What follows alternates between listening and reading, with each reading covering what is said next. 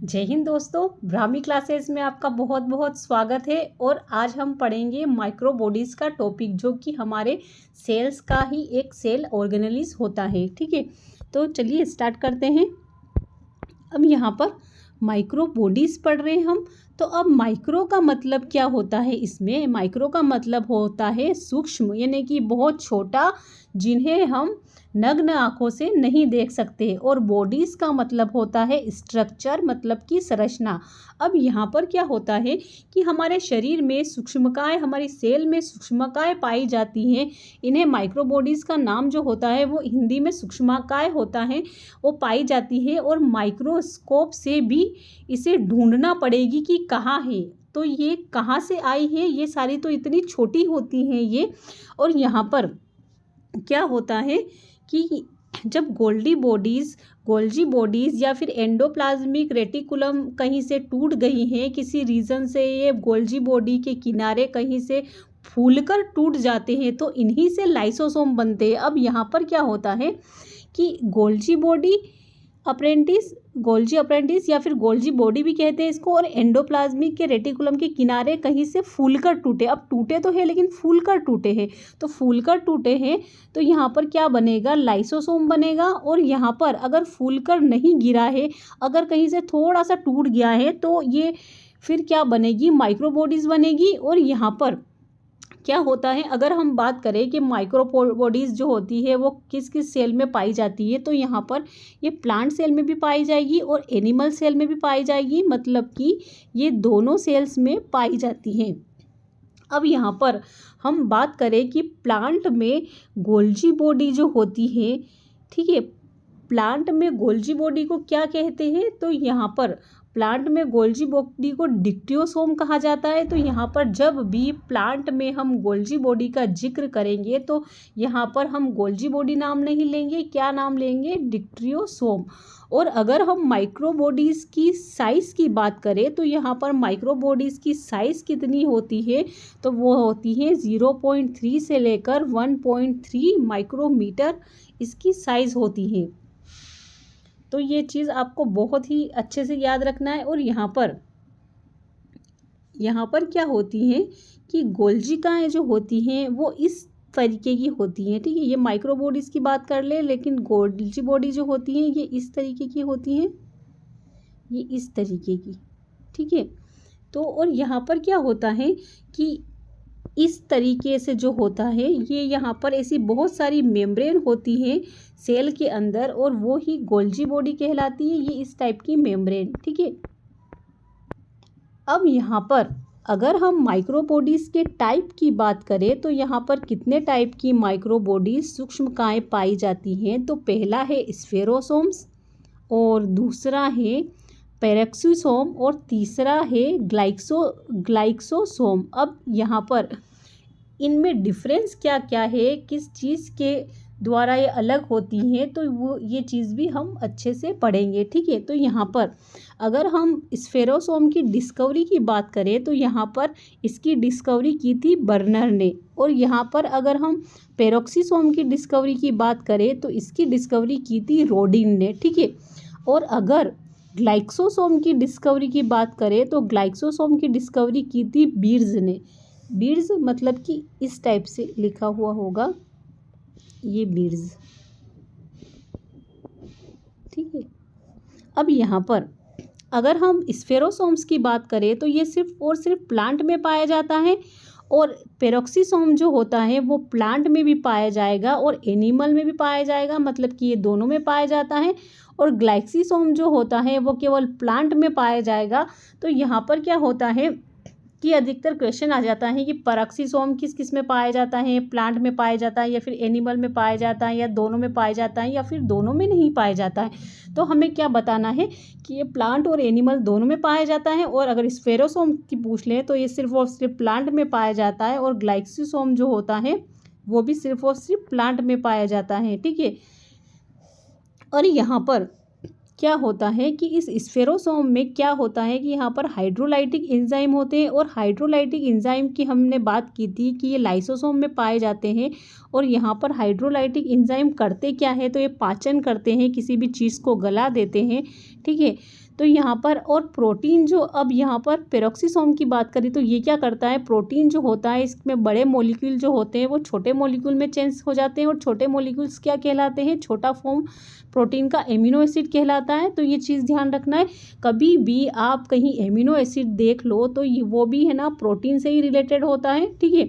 अब यहाँ पर अगर हम ग्लाइक्सिसोम की बात करें तो यहाँ पर ग्लाइक्सिसोम क्या करता है, बीटा ऑक्सीडेशन का काम करता है, मतलब कि ये फैट को ग्लूकोज में कन्वर्ट करता है, क्योंकि यहाँ पर क्या होता है कि प्लांट में अगर फैट जो है वो स्टोर है तो उस फैट को क्या करता है, ग्लूकोज की फॉर्म में चेंज कर पाता है। क्योंकि पौधे जो होते हैं या फिर हमारा भी शरीर होता है, हम फैट को डायरेक्ट यूज़ नहीं कर सकते हैं, क्योंकि पहले फैट जो होता है यहाँ पर पेड़ पौधों में क्या होता है, फैट तो ग्लूकोज में चेंज होता है, ठीक है। और यहाँ पर हमारा भी फैट जो होता है वो भी कार्बोहाइड्रेट में चेंज हो जाता है, तो उसी फॉर्म में हमारा शरीर भी यूज़ करता है। तो ये चीज़ आपको बहुत ही अच्छे से ध्यान रखनी है। अब यहाँ पर अगर हमने हाइड्रोलाइटिक एंजाइम का अभी यहाँ पर पढ़ा था, तो मैंने आपको बोला था कि यहाँ पर क्या होगा कि कोई अगर एनर्जी मॉलिक्यूल है, बड़ा मॉलिक्यूल है, तो उसको, ये बड़ा मॉलिक्यूल तो उसको छोटे छोटे पार्ट पे डिवाइड कर देगा। और यहाँ पर अगर बाहर से कोई फॉरेन मटेरियल आ गया, कोई टॉक्सिक मटेरियल आ गया, तो उसको क्या करेगा, पचा देगा, ये गला देगा और इसको बिल्कुल ही छोटे छोटे टुकड़ों में तोड़कर गला देगा। तो ये चीज़ आपको बहुत अच्छे से याद रखना है।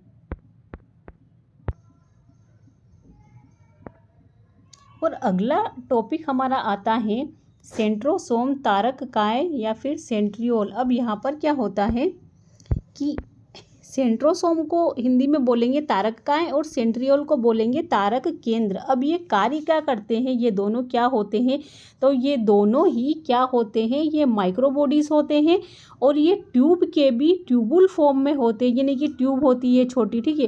तो यहाँ पे भी इसके भी बहुत छोटा फॉर्म होता है, वो ट्यूबुल्स फॉर्म कहलाता है, तो इसमें होते हैं। और ट्यूब का जो 100वां हिस्सा जो होता है वो ट्यूबुल कहलाता है। तो आप सोचिए कि कितना छोटा हिस्सा होगा जिसे सेंट्रोसोम या सेंट्रियोल कहा जाता होगा। अब यहाँ पर सेंट्रोसोम जो होता है वो भी ट्यूब के बंडल को कहते हैं। तो यहाँ पर जैसे बहुत सारे ट्यूब हो गए, ठीक है, ये ट्यूब होगा, ये ट्यूब हो गया, ये ट्यूब हो गया, अब इनके सारा बंडल बन गया, तो इसे क्या कहेंगे, तो इसे कहेंगे सेंट्रोसोम। अब यहाँ पर एक सेंट्रोसोम जो होता है वो 2 सेंट्रियोल से मिलकर बना हुआ होता है। किससे मिलकर बना हुआ होता है, 2 सेंट्रियोल से मिलकर बना हुआ होता है। अब यहाँ पर ट्यूबुलिन जो होता है वो प्रोटीन से बना होता है, और ट्यूबुलिन के प्रोटीन से ये 90 डिग्री एंगल पर जुड़े रहते हैं। अब 90 डिग्री एंगल के साथ ये इस टाइप से, ये हो गया आपका 90 डिग्री एंगल, तो इस पर जुड़े हुए होते हैं, तो सेंट्रियोल कहते हैं। और पूरा स्ट्रक्चर जो होता है वो पूरा ही सेंट्रोसोम कहलाता है। और ये सिर्फ और सिर्फ किस में पाए जाते हैं, ये एनिमल में पाए जाते हैं, ठीक है। और यहाँ पर ये प्लांट में एब्सेंट होते हैं। और यहाँ पर क्या होता है कि ये सेल डिवीज़न में क्या करते हैं, सेल डिवीज़न में ये हेल्प करते हैं। ये यहाँ पर लिखा हुआ है कि सेल डिवीज़न में हेल्प करते हैं। अब सेल डिवीज़न में ये हेल्प किस प्रकार से करते हैं कि जैसे कि ये सेंट्रोसोम हो गया। अब क्या होता है कि ये सेंट्रोसोम जो होता है ये क्या करते हैं कि ये कोशिका को 2 पार्ट में डिवाइड होने के लिए मजबूर कर देते हैं। कैसे कर देते हैं, अब यहाँ पर क्या होता है कि ये बीच में होते हैं, और यहाँ पर क्या होता है कि फिर ये बाद में इधर परिधि के साइड खिसकना स्टार्ट हो जाते हैं इस टाइप से, ठीक है। ये परिधि की साइड खिसकना स्टार्ट हो जाते हैं और ये संकुचित होकर सेल को इस टाइप से सिकोड़ लेते हैं, इस टाइप से, और फिर वो 2 बनने को मजबूर हो जाती है बेचारी हमारी सेल। अब यहाँ पर क्या होता है कि ये जो माइक्रोबॉडीज़ होती हैं, तारककाय और तारक केंद्र, अब इनका क्या होता है कि ये इलेक्ट्रॉन माइक्रोस्कोप से भी ध्यान से देखने पर दिखते हैं, जो कि अभी हमने थोड़ी देर पहले चर्चा की थी। और यहाँ पर क्या होता है कि ये इस तरीके से होते हैं, मैं आपको अभी बता देती हूँ, ये हो गया, ठीक है। अब यहाँ पर ये इस तरीके से जुड़े हुए रहते हैं, इस तरीके से। और ये अगर 90 डिग्री एंगल पे है तो ये 90 डिग्री एंगल पर कैसे होंगे, ये इस टाइप से होंगे। ये 90 डिग्री एंगल पर जुड़ गए यहाँ से, ठीक है, ये भी जुड़ गया यहाँ से, ये भी जुड़ गया, ये भी जुड़ गया, ठीक है। तो ये इस टाइप से 90 डिग्री एंगल्स पर जुड़े हुए रहते हैं। और यहाँ पर ये ट्यूब का छोटा हिस्सा जो होता है ये क्या कहलाता है, ट्यूबुल कहलाता है। तो आपको ये चीज़ बहुत ही अच्छे से ध्यान रखना है। और अगर क्वेश्चन आ जाए कि एक तारक का या फिर एक सेंट्रोसोम कितने सेंट्रियोल से बना हुआ होता है, तो अभी हमने पढ़ा कि ये 2 सेंट्रियोल से मिलकर बना हुआ होता है। कितने सेंट्रियोल से, 2 सेंट्रियोल से मिलकर बना हुआ होता है। अब यहाँ पर क्या होता है कि ये काम क्या करता है, सेंट्रोसोम काम क्या करता है, तो यहाँ पर ये है सेंट्रोसोम। अब ये काम क्या करता है, तो जब एक सेल डिवाइड करती है तो ये हेल्प करता है। जब एक सेल अपने आप को डिवाइड करती है और एक नई सेल बनाती है, माना कि इस टाइप से, ठीक है। अब यहाँ पर ये पुरानी सेल हो गई, अब यहाँ पर ये नई सेल हो गई। तो यहाँ पर क्या होता है कि जिस प्रोसेस के थ्रू ये सेल डिवाइड हुए हैं उससे ही सेल डिवीज़न कहते हैं। और जब एक सेल डिवाइड होती है तो सेल के अंदर गुणसूत्रों का भी डिवाइड होता है। जब सेल डिवीज़न होगा तो सेंट्रोसोम अपने दोनों सेंट्रियोल को खोल देगा और जब ये ट्यूब अलग होकर गुणसूत्रों को कुछ सेंट्रियोल एक तरफ खींचेंगे, कुछ सेंट्रियोल अपोजिट साइड खींचेंगे। अभी मैं आपको बता देती हूँ कि ये किस टाइप से होता है। तो चलिए मैं आपको बता देती हूँ कि ये क्या होता है। जैसे कि ये इस टाइप से ये खींचते कैसे हैं, इस टाइप से खींचते हैं। ये हो गया सेंट्रियोल और ये हो गए सेंट्रोसोम। तो ये इस टाइप से होते हैं और ये इनको ऐसे खींचते हैं, इधर परिधि की साइड खींचते हैं। ये अब ये गुणसूत्र हो गए, ठीक है, ये गुणसूत्र हो गए और ये हमारे हो गए सेंट्रोसोम हो गए। अब सेंट्रोसोम गुणसूत्र को ये परिधि की साइड खींचेंगे, ठीक है। तो क्या होगा कि गुणसूत्र उधर भी चले जाएंगे, इधर भी आ जाएंगे। तो यहाँ पर इस टाइप से होता है। तो ये दोनों ध्रुव अलग अलग निकल जाते हैं और बनाते हैं फाइबर।